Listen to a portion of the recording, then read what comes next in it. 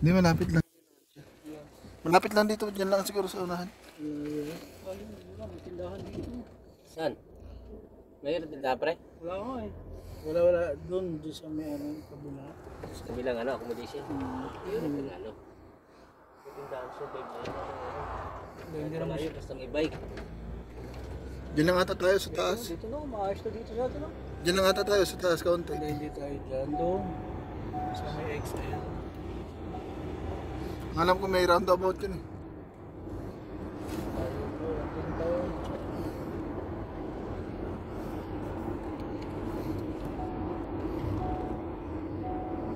Tubod talaga to, no? Hirap ng bike, pakahon pa. Buntok talaga. Saka pre, pag na pag nagninero, layo-layo mga pre. Dito na tayo eh, ano? Yan o. Dagat na yan. Ito pala oh. Ito nakita ko dun eh.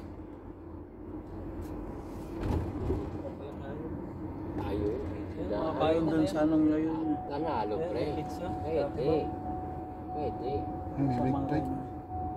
Sarado naman. Ito dito sa may bagong. May patan nga Ay, yung papasok na ito. Ayan. May patan nga doon. Doon yan.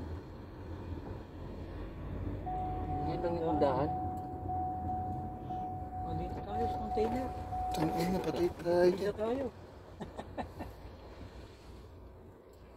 Okay, may tindahan, no? Panalo to. Kala ko sa container tayo eh. Tigisa tayo na. Ano yun, kaya ba natin i-bike yun? Ahon na. Puro pa ako. Paahon? Itindahan mo.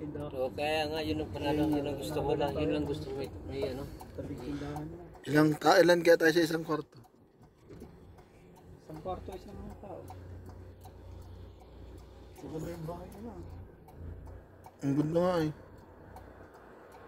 Parang sa atin yan. Diyos na nga, kanina pa.